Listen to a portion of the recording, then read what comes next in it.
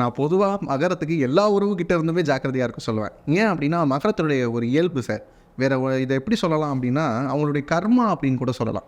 ஏன்னா காலபுருஷனுக்கு மகரம் எத்தனாவது வீடு? 10வது வீடு. அப்ப யாருக்கெல்லாம் என்னென்ன செய்யணுமோ எல்லாத்தையும் செஞ்சு செஞ்சு ஓஞ்சு போறது யார் அப்டின்னு பார்த்தீங்கன்னா, மகர ராசி தான். கூட பிறந்தவங்களா இருக்கட்டும், பெத்தவங்களா இருக்கட்டும், மனைவியா இருக்கட்டும், பிள்ளைகளா இருக்கட்டும், எல்லாத்துக்கும் செஞ்சு செஞ்சு கடைசியில ஒண்ணுமே இருக்காது கையில. இதுதான் மகரத்தினுடைய இயல்பாவே இருக்கும். மகர ராசிக்காரங்க தயவு செஞ்சு என்ன பண்ணுங்க அப்படின்னா, கடைசி காலத்துக்கு அப்படின்னு சொல்லி கொஞ்சமாவது என்ன பண்ணிக்கணும், சேர்த்துக்கணும். உறவுகள் விஷயத்தில் ரொம்ப ஜாக்கிரதையாக இருக்க வேண்டியது யாருன்னா மகர ராசிக்காரங்க. அது எந்த உறவாக இருந்தாலும் சரி, ஒரு நல்ல நண்பன் மகரத்துக்கு அமையுமான்னு கேட்டால் கஷ்டம்தான். இவங்க எந்த அளவுக்கு நட்பு பாராட்டுறாங்களோ அதே அளவுக்கான நட்பு அந்த சைட்லேருந்து வராது. இவங்களை பயன்படுத்திக்க தான் இந்த சமூகம் நினைக்குமே தவிர, இவங்களுக்கான அந்த உணர்வு நிலையை புரிந்து கொள்வதற்கு ஆளே இருக்க மாட்டாங்க. இதுதான் ஃப்ராங்காக சொல்லணும்னா. அப்போ எந்த உறவு தான் இவங்களுக்கு கை கொடுக்கும் அப்படின்னு கேட்டால், அங்கே ஒரு கேள்விக்குறி தான் நிற்கிது. அப்போ என்ன பண்ணிக்கலாம்? எல்லா உறவுகளோடும் ஒட்டி இருங்கள், ஆனால் ஒட்டாமல் இருக்கேன், இருந்தும் இல்லாமல் இருக்கிற நிலை.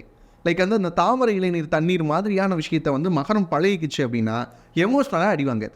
இதை மட்டும் புரிஞ்சுக்கணும் சார். இதில் இன்னொன்று என்ன அப்படின்னு பார்த்தீங்கன்னா, மகரத்துக்கு வந்து குறிப்பாக தந்தை வர்க்கம் இவங்ககிட்டலாம் ரொம்ப கேர்ஃபுல்லாக இருக்கணும். பங்காளிகள் அங்காளிகள்னு சொல்கிறோம் இல்லையா, அவங்கக்கிட்டலாம் வந்து ரொம்ப கேர்ஃபுல்லாக இருக்கணும். சொத்து பிரச்சனைகள் ஏதேனும் வருவதற்கான வாய்ப்புகள் அப்படிங்கிறது இப்போ இருக்கக்கூடிய காலகட்டத்திலையும் இருக்கிறது அப்படிங்கிறத நம்ம கவனத்தில் வச்சுக்கணும். எப்போயுமே தந்தை சார்ந்த வர்க்கத்தில் நீங்கள் கவனமாக இருந்துட்டீங்க அப்படின்னா, 7 சனி இருந்தாலும் சரி, அதுக்கு அடுத்து விலகி இருக்கக்கூடிய இந்த காலகட்டம் இருந்தாலும் சரி, நீங்கள் ரொம்ப கவனமாக இருக்க வேண்டிய விஷயம் இது மட்டும்தான். ஏன் உறவுகள் கிட்ட மகரம் கவனமாக இருக்கணும் அப்படின்னு சொல்கிறேன்னா, உறவுகள் கிட்ட ஏமாறுறது அப்படிங்கிற சூழல் மகரத்துக்கு ரொம்ப அதிகமாக இருக்குது அப்படிங்கிறதுனால, தன்னுடைய வாழ்க்கை முழுவதுமே அந்த கவனம் இருந்துச்சு அப்படின்னா மகரத்துக்கு ரொம்ப நல்லாயிருக்கும்.